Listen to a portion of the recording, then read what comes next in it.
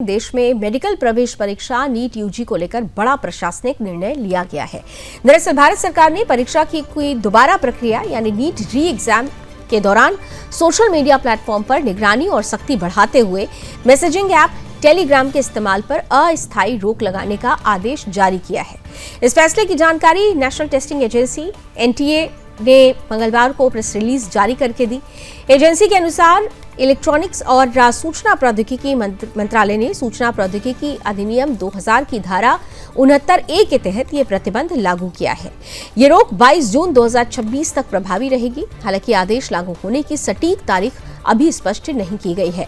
NTA ने बताया कि नीट री एग्जाम 21 जून को आयोजित किया जाएगा। इसी अवधि में टेलीग्राम के कुछ फीचर्स पर भी नियंत्रण रखा गया है। खासकर मैसेज एडिट फीचर को 30 जून तक बंद रखने का निर्देश दिया गया है ताकि किसी भी तरह के संदेश में छेड़छाड़ या फर्जी सबूत तैयार न किए जा सकें। एजेंसी ने कहा कि कुछ असामाजिक तत्व टेलीग्राम का इस्तेमाल पेपर लीक जैसी अफवाहें फैलाने और फर्जी सबूत तैयार करने के लिए कर रहे थे।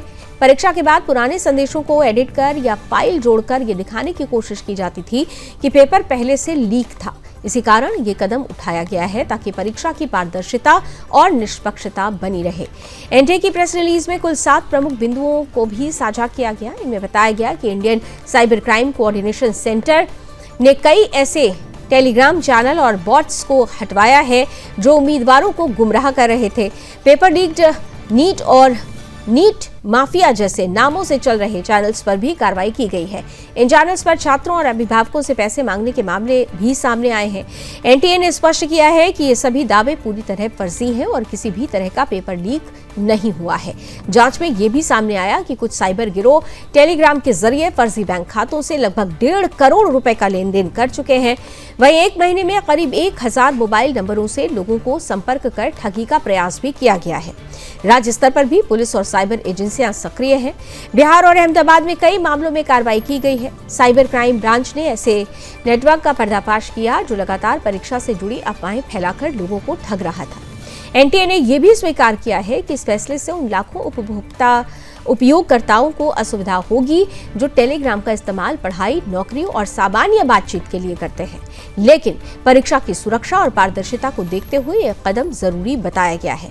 इसके साथ ही एनटीए ने छात्रों और अभिभावकों से अपील की है कि किसी भी तरह के पेपर दिलाने या परीक्षा में मदद करने के झूठे दावों पर भरोसा न करें।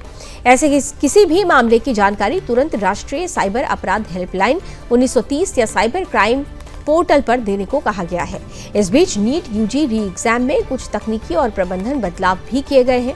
परीक्षा का समय बढ़ाकर 180 मिनट से 195 मिनट कर दिया गया है और आंसर शीट में रफ वर्क के लिए अतिरिक्त स्थान भी दिया गया है। दक्षिण भारत में भी परीक्षा सुरक्षा को लेकर विशेष इंतजाम किए गए हैं। तमिलनाडु में प्रश्न पत्रों की सुरक्षा के लिए हेलीकॉप्टर के जरिए ढुलाई की तैयारी की गई है, जहां मदुराई से तिरुनेलवेली तक प्रश्न पत्र सुरक्षित पहुंचाए जाएंगे। इस पूरी प्रक्रिया में भारतीय वायुसेना और सुरक्षा एजेंसियां तैनात रहेंगी।